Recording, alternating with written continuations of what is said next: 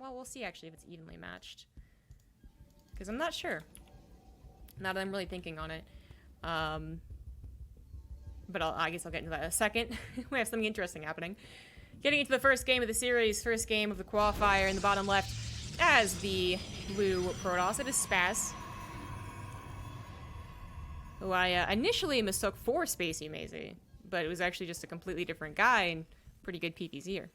In the top right, representing good old NA, it is Cuddlebear. Literally his clan is NA player. There you go. But yeah, he is going for a proxy, and this is a map where you can get that Reaper hop up over here, so that's kind of the first thing you would think of as the defending Protoss player. But what really usually makes it spicy nowadays is what they're doing after the barracks. Are they proxying the factory? They're proxying the starport. Most of the time, they're not proxying the other two. They're thinking about just, you know, defending with the factory and playing out the rest of the game. But, you know, there was that one period of time where TVP was literally nothing but all proxies. We moved away from that, though, and this might just be really an attempt to throw someone off guard. Keep in mind, though, that Cuddlebear is coming from the NA server. I'm actually not sure what side of US he lives on. It might be East. A lot of these guys are on East, and that makes Cheesadelphia a better event for a lot of them, but I'm not sure. If it's East, it's not too bad, but this is a default European server. That's the benefit of having the EU versus NA server qualifiers. Even though both regions can play to each other's server, you still get that default. So this should be favoring Spaz, and then I was going to talk about how just in general we do have that presumption where Europe is going to be better, you know, and NA is going to be worse, and it's sometimes true, sometimes it's overblown. You'll hear NA players talk about how they actually win all the time. They have extremely high MMR accounts on Europe, but they still seem to be made fun of by the general community. So that's why I'm actually not sure what's going to happen here. I know that Spaz is good PvZ, but PvT could be another question. PvT against a cheeser also could be another question. Spaz, though, certainly was an aggressive Protoss, we'll say, in the PvZ matchup. Might be totally comfortable at also bringing the aggression to a Terran, and a Terran is proxying him. He's building a proxy Stargate, actually, which Cuddlebear should be figuring out. He has blocked the natural with a bunker. That Reaper died, actually. That's unfortunate. And he sees no technology, no second gateway. This should be something that's going through his mind. If he gets a Cyclone immediately, that should be good enough. He'll have to pull the SCV thing for a little bit. We're gonna see. Or he just gets a Widow Mine, which would be the fastest thing to produce. Because a Hellane won't help. Thank you very much for the 100 bits, and thank you, Dr. Cetra, for 13 months. Whole Janus.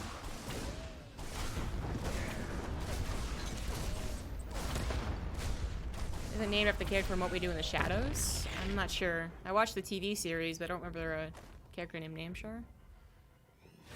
Or maybe I do, and I made note of it. And I was like, oh, that's funny. I don't remember. I don't think he is, though. Yo, I want to see Avila, I also want to see Roddy. The fact that you put those two guys in the same sentence without, I don't know, the middle part of it being one is not like the other is flipping amazing to me. You just brought up someone I will ideally never cast in a million years because he's a jackass, and a guy who is actually the super nicest, one of the most amazing people I've ever met. It's funny. It's funny, a little bit weird.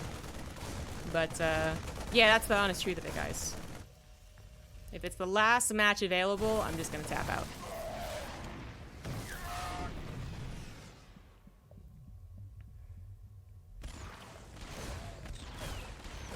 Yeah, the proxy actually was not scouted. Forgot to mention that, but it was handled anyways. Like, you knew exactly what it was gonna be. But more importantly, that Oracle did time out with the Cyclone, so that was more beneficial than I thought for Cuddlebear. I thought that was going to be maybe like a 5-second thing where like he had to pull the SCVs away, but it worked out really nice. Temporary supply block was moved past. He got the Viking as well, which means that further Oracles are really going to have an incredibly tough time at actually doing anything. And he's got 2 Oracles where that Stargate was depowered, and he can still use them, of course, for Revelation, although with this many anti-Oracle units, it'll probably die in the attempt to get one. Using his barracks to scout. Has to follow up with all 3 barracks at once back at home. It's funny. It looks really, really weird. But yeah, the Oracle is not necessarily that helpful, and this is something that Cuddlebear is hoping to take advantage of. We see pushes like this in a more standard game, when you know that they're going to invest into a Stargate. And Protosses have gotten a bit better at dealing with this, at expecting at the very least. And looks like Spaz was also expecting it, seeing how many Vikings there were. And, well, now we know there's 2 Cyclones. I don't think I actually get sight in the second Cyclone. That is also a big damage dealer. Shield Battery is going to help out a little bit, but is it really going to be enough? The Oracles actually literally cannot help, and this has already turned out so extremely awkward. The pylon actually goes down, which gives another opportunity for Spaz's army to go down the ramp, but also depowers his Shield Battery. The Vikings land. They're good against the Oracles. They're good against the ground. Vikings can do everything. And Cyclos can back them up. The tank did go down, so this might be a matter of time before Cuddlebear has to leave, but he just got a ton of units. He got 8 probes. He got a couple of buildings there. And behind this, he can somewhat safely go into his natural command center. I say somewhat safely because Spaz still does have his production, his technology on the way. Twilight Council's on the way. Maybe he could have tried going for a Warp Prism if he really wanted to try and get some revenge.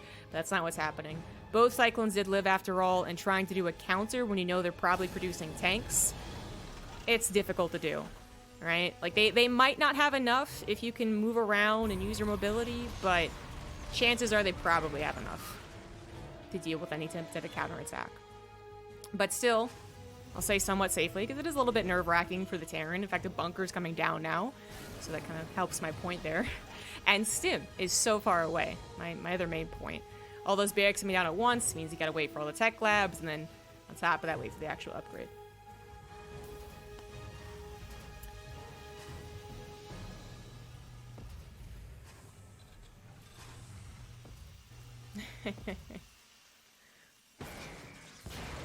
Oh, I get your point now. I'll forgive you then. Thought this was Starcraft 1 until just now. Yeah, it's funny that happens. TSL is... The prestige of TSL for Brood War, I don't think can be understated, but the last 2 TSLs happened in StarCraft, even if it was very, very early on in StarCraft. But yeah, you're definitely not the only one who just kind of assumes or hoped that it would be Brood War. Oh, that's so many tanks! Oh god, no. Oh geez. Usually you can go ahead and snipe a Cyclone if 1 tank is firing at you. Maybe the second tank is up on the high ground, very safe. But all 3 tanks being down there, that cost him actually quite a bit of health on his Stalkers. Spaz going into a 3rd base, trying to get to a Robo, actually rebuilding from that Stargate. I don't know when he got a probe over here, but he did. You're gonna go for an Oracle. I don't think it's a bad idea. It's 100 minerals for the pylon. Although, really shouldn't be able to repower it, but whatever. And then however much for the Oracle. 150, 100, right? But the Oracle gives that revelation, which is really quite useful. I mean, it's literally like a Robo or a Stargate, or the cost is there, but I actually kind of like it. If the Oracle lives. Keep the Oracle alive this time, yeah. I like it, but then it's also one of those just like, is it really necessary? Yeah, that's maybe not. Maybe not in this game. Maybe not when Spaz took the damage he did. Because it is awkward. It's maybe he could have started that charge faster. Maybe he could have started his Colossus faster. Maybe he could have started his upgrade faster if he didn't actually want to try and go back into an Oracle, which is only going to help him somewhat anyways, you know? Like, really thinking on this, which is something that Spaz doesn't have the luxury of doing. He's just going to do something to get back into this game. I mean, this is an army that says, I'm just going to attack you in one place, and you better hope that you can defend. This is not really a drop army. So the Oracle, I think, has less power than it would maybe in other games, where we can see exactly what's going on. No, this is pretty obvious. It's doing a pretty damn good job as well. Combat Shield, Stim, we got +1 weapons, no upgrades for the Protoss. This actually should be a very easy fight. The only thing a little bit worrying is that the overstimming did happen here, but we still have 5 tanks. 5 tanks. 5 No, I'm just kidding. But seriously, that's a lot of tanks, and this army is not well suited to deal with tanks especially. The Bi army is actually not that big, so there's 2 Colossus here, maybe it's, it's okay. But the tanks, they're gonna take some zealots, I was gonna say, especially to try and get in. And coming from different angles is gonna help him out a lot. Tanks try and focus fire, I think, partially on top of the Colossus. These 2 tanks, not so much, but they end up surviving, so whatever, works. And he's still gonna hold his position. He definitely did have some problems with the healing on those units. As I said, the Bio Army not that large, but the tanks were so difficult to actually get rid of. And here come the reinforcements as well. Tanks thought about going to the main base, or the natural rather, but not so much. 11 probes went down with this as well, and Cuddlebear has a third base back at home. This might just be good enough. The tanks are a little bit awkward. Okay, he does refocus fire them on top of the Stalker. He wants that Colossus, though, more so. He's not going to get it. That one Colossus, actually, should be very thankful for living. Because there's a couple of times where Cuddlebear did realize he should focus fire that. Maybe not immediately, but he did swivel his tanks onto that Colossus, and it didn't actually die. And Cuddlebear, I really thought he had a strong position, but maybe being too aggressive, having his Bio Army on top and his tanks with only one unit kind of in range there, or the Zealots, which tanks don't really want to be focusing on, that turned a little bit awkward. Cuddlebear will still have an upgrade lead with +1 armor finishing, and Spaz only just not getting to +2. He did kill those probes, like I mentioned, and he's been on 3-base saturation for some time. But you can see even he was like, oh shit, I actually can't defend if he can immediately counterattack. Spaz really couldn't, though. Spaz did not have that much built up to go for an immediate counterattack. He did lose a good portion of his army in the trade. You know, there was trade. It wasn't just a big stomp. And Cuddlebear felt good about taking Nexus. Because that's usually when you see bunkers come down, is when a Terran player kills a Nexus and 12 probes and no army. And they're like, oh no. But very much so playing on the safer side of things. Bunkers come down. He did have very little response to the Colossus, which I think is what he was really worried about. And his Marauder count wasn't really that high. Now it's looking a lot better, Vikings included.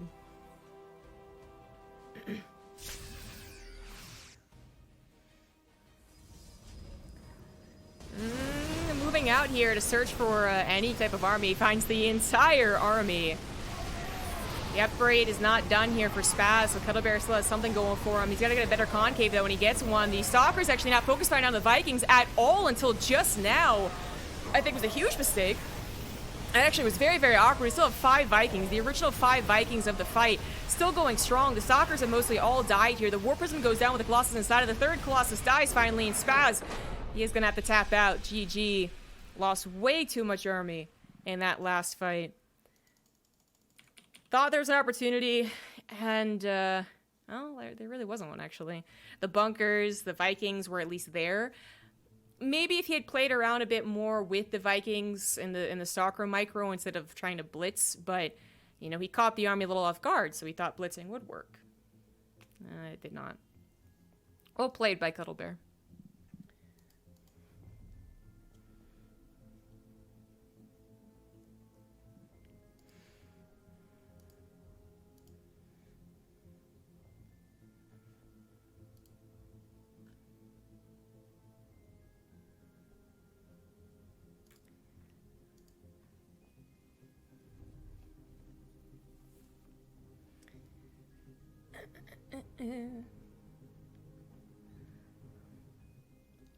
I like that game.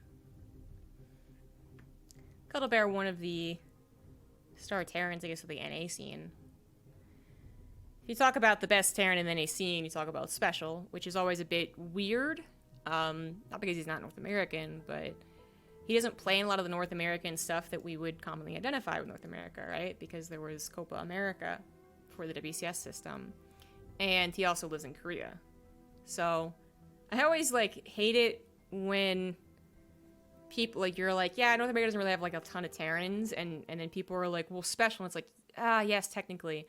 Why? Because most of them are part of North America, you dumb American? No, not because of that, Jesus. Yeah. There's a lot of reasons why you wouldn't necessarily go to him first and foremost, but, again, to be specific, outside of Special, the NA Terrans, not as promising, not as much. Yeah, I gotta use the word promising, because, you know, we think of the European Terrans. We've always thought Euthermal always had a chance. There's always that, like, what if this is Euthermal's chance? His tournament to actually get, you know, victory again, because he did win a championship, but a long time ago, and it was a Chinese tournament, which is always weird. Just the time zone makes it a little less prestigious, but then we think about Clem nowadays, who has a ton of promise, and continues to just grow as we would hope he would. sometimes it doesn't happen. Sometimes they reach a peak and then they start to fall down, go to school, get a girlfriend, you know, all that stuff. But Gem's actually getting better and better. There's NA Terrans, but of the NA Terrans that we can think of, like, Cuddlebear's pretty darn good. There's a lot of problems with the NAC, I suppose, that would take too long to get into. But I think we all know the gist of it. Lack of social nets. Wide range of servers to practice on means that they're not always getting the best practice. No one likes playing on Australia or Brazil. And lack of access to LANs and local tournaments because America is so big. But whenever I see especially one of these Terrans come up and do well, I'm just a little, you know, I'm like, yeah, do it. You go. I'm like a little excited. I'm like a little proud. I'm not Fear Dragon levels of proud, calling them my babies and all that, because he's weird, but I'm always a little proud. Wave that beautiful American flag! Not really. But I'm gonna say I'm a fan of Cuddlebear. Spaz, as I was saying in the last game, has had some really cool PvZ, but he got tripped up. He did. He got tripped up in that PvT. The proxy rocks into the push, into the next push with a lot of tanks, like basically all the tank pushes, but got tripped up. Maybe should have played more of a macro game instead of pushing like he did, but the flow of a game like that's going to be difficult to really read, as opposed to a game where nothing happens for the first 7 minutes. And this might be one of the games where nothing happens for 7 minutes, so we might see a different, wiser choice made for the Protoss. Better game for the Protoss. A winning game. Just go either way, guys. Either the Protoss could win or the Terran could win. Anyways. Yeah, people are starting to list NA Terrans. There are a few of them. Yeah, Future would probably be the number 1, like, next guy in line, I guess, for being the best Terran. But we also have Vindicta showing up at Starcraft is really cool. Cuddlebear. At one point, Raze when they trained at Protoss. So depth harassment's really annoying. But, you know, since North America has Neeb and Scarlet for Zerg and Protoss, we feel lacking in the Terran department. Unfortunately, Thermal isn't getting past Radi next round. Yeah, of course not. Spaz does once again go for an Oracle opener here. Cuddlebear is able to see that with the Reaper and bring the Reaper home, which is actually very nice. Dealing with the Adept harassment's annoying.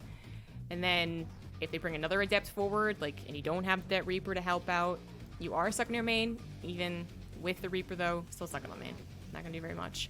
I think he knows that Oracle's on the way, and while he's getting a Cyclone, it's much wiser to just not mine from the natural and wait for that Cyclone. Even though maybe with some fancy footwork, he could have taken on the Adepts. He actually makes that, like, oh, maybe it's not coming, I think, move. But, ooh, maybe it was a bit of a bait. The Cyclone, oh, loses the lock-on. I think it lost vision. Oh, so close, so close. But the Adepts get in, and that's a bit more of a problem. Vikings are going to have to, yeah, land to help out here. SCV should be pulled back away from the Adepts. 1 Adept dies. And only 3 SCVs died in that process. But that was also a lot of lost mining time. You know, when he built SCVs, he had to rally them to his main ramp. Like, that's still an ouch. That was a lot of damage to take. One that a very early bunker could have helped out with. But it is what it is. Phoenix on the way. I think a second one was just made. Going to help take out the power of the Cyclone. Going to help take shots from the Viking, which an Oracle is not capable of doing, especially as low health as it is. But the Oracle's not going to help with the Pulsar Beam. It's going to help with a Stasis Ward. Spaz knows the attack could be on the way. He had an attack similar to this one last game. This one's even more common, because this is a more normal game without the proxy. But Cuddlebear actually decides, you know what, I'm not going to try and do that. And I think that might be a very wise choice. Could he have done something? Maybe. You know, he wouldn't have the tank to anchor him, even if he could find some damage. The Phoenix would take out a couple of his more powerful units, but yeah, he pulls back. Third CC on the way. Got a barracks. I'll swap over to get a bit faster stim. And swapping these two here. Seems like he likes his tank production. Scan actually goes down. Unfortunately, he missed all the important bits. He just saw a typical number of gateways in the Stargate. So, charge is actually on the way. +1 on the way. Because this meh. Usually, I would say technology goes in the main as a Protoss. So it's, can't blame him for that scan, but the natural might have been a little bit better. The natural would have seen the Forge, like Twilight Council Forge, meaning there's a little bit more of a game to be played out here, not an all-in necessarily, as well as the gases, which also would have told him at least, at the very least, on like a super big charge all or something weird like that. But, yeah. Third Nexus also would have been a nice scouts, but I would say it's more so with like a Marine, if a Marine could get out. But with the Phoenix guarding everything, his scouting is limited. Now, the Phoenix number isn't very big, so I don't think he actually has to be scared, but anytime you don't have intel on the Protoss, it's going to be scary. So Cuddlebear going to be playing a bit more of a passive game here. Get that stim and combat shield and double upgrades on the way, so definitely more into the macro with that third CC going to land probably as soon as possible. He really, really does want to get information, though. I'm actually glad he pushed out with the 2 Cyclones and 2 Vikings. And with the scan of the main not seeing a surplus of gateways, he can pretty much guess that it's not going to be a big attack. Maybe a couple Stalkers are out, you know, blink stalkering around. Commonly that would happen, but actually not in this game. It was charge first, which I'm not sure if Spaz did that like in a defensive mindset, or he thought maybe there was an opportunity to attack, but yeah, charge first isn't what you would usually... Well, I guess if you do go Phoenix, then it's not weird, but it's always like, R3 Phoenix going Phoenix? Like, kind of.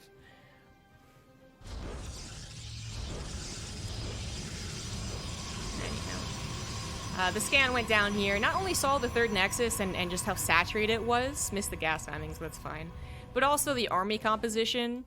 Saw a lot of not stalkers, so might figure that, well, blink actually could be done. There are styles that definitely involve more blink than zealots or vice versa. I actually saw a split between these units, and then a lot of sentries, actually, which an abnormal amount of sentries, I would say, for this style. I think max I usually see 3, but going up to 5, hallucinating an Archon, more than an Archon, a couple of Archons, and Cuddlebear's gonna be like, what the hell? Oh, okay, well the Cyclones got mostly killed by the Widow Mines, BH, but that's okay. What's so funny is that we also have to keep in mind these are not real Archons. This actually is a terrible army right now, if not hallucinations, which are scanned, by the way. He's like, no way. That cannot be real. His Archons died way too fast, and it's a good thing he scanned. If he wants his army to correctly target units that are not hallucinations, though, he's gonna have to scan again. That's a complication. But those force fields, I don't think they worked out as well as Spaz was hoping for. They would have if the Archons were real. The Archons get, you know, 2-3 shots with their bit of splash, and it's the Zealots get a better chance at actually slicing and dicing these units, but it was only the Zealots. And up against a very good number of units here. Cuddlebear's macro perfectly fine. He had tanks on the high ground as well. He was already in a defensive position, even though he didn't really know the attack was underway. That was an easy hold, actually. A truly catastrophic hold for Spaz here, who is now finally warping in actual Archons. But as cool as that idea was, yeah, I'm not so certain you guys should be copying that one. I don't know.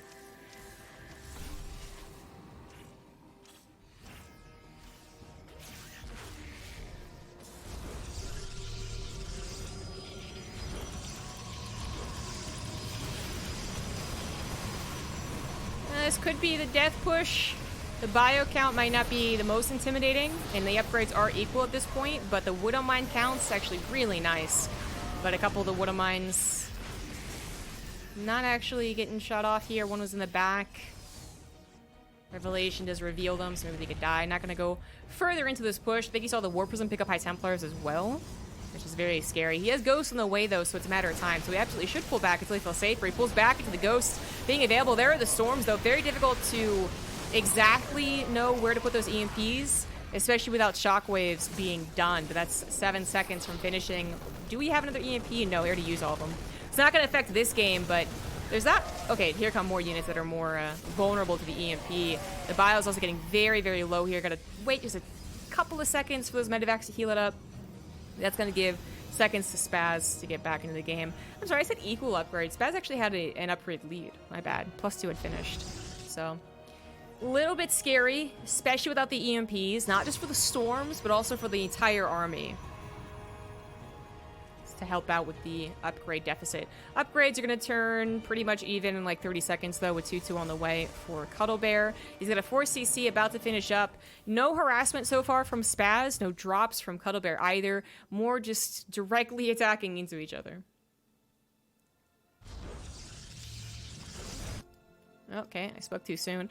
High Templar harassment, though. That is extremely dangerous to do when the Terran army is actually still at your front door. Couple EMPs, more than a couple EMPs available, and they do have the shockwave, so they are the size of the sun. And I think Spaz realized maybe that wasn't the best thing to do. He recalls back the High Templar. The EMPs, there's one left over, but he's going to get the beautiful EMP, or he's going to get slaughtered by these storms. So many storms going down, but enough medevacs to heal the Marauders. The Immortal not quite breaking through, even though the Marauders got very low there. It's going to be forced to pick up. The Archon not going to help out. We do have Zealots in the natural of Cuddlebear trying to help out, but a decent number of reinforcements, Ghosts included, to take care of this. Means that 11 SCVs might die, but what's going to happen back at home for Spaz? Looks like a warping of Zealots was enough to hold on. Saving that Immortal was really nice, and the Widow Mines, they got cleared up, actually, so no longer part of the battle for, you know, fight 4, 5, 6, 7. That was a bit close. That was a bit scary right there. If it weren't for all those storms, probably going to be GG. It's a good thing he recalled immediately. Even if Cuddlebear wasn't down to his last EMP, it's difficult to truly storm the High Templars, because if they're doing it right, if the Protoss is doing it right, they should drop one High Templar, immediately storm. Let's try to explain the process. And then drop, and then immediately storm. There's no, I dropped 2, 3, 4 High Templars all out, and then I stormed. If you do that, then one EMP will... There's no difference. What was the point of having the Warp Prism? Almost. But, yeah. Difficult to do otherwise. But I'm not saying this to say that Terran's weak because of it, but rather it's a very important feature of the Protoss to be able to do this when they're depending, especially as long as he's had to depend on this type of army against Ghosts. And it's also difficult to do. I would actually really like Cuddlebear to get a couple of Vikings. We do see this as a response from other Terrans. If they know there was a Warp Prism in play, they'll try and get at least one Viking. If not 2. Especially if their medevac count is still pretty good. In fact, we actually have a lackluster starport production in general right now for Cuddlebear. He does have his gases up at the 4th base, but hasn't saturated them yet, so that is one of the problems. He could maybe have added on Liberators, or... yeah, Vikings, you know? But... needed all those gases, because you're also affording 3-3, you're affording Marauders, you're affording Ghosts, and he's also still affording Widow Mines, which sometimes you see them by now take out those take out the factory and just use it for add-ons. Because the combination of all the units here, Widow Mines, Ghosts, eventually Vikings, maybe Liberators, gets really difficult to utilize.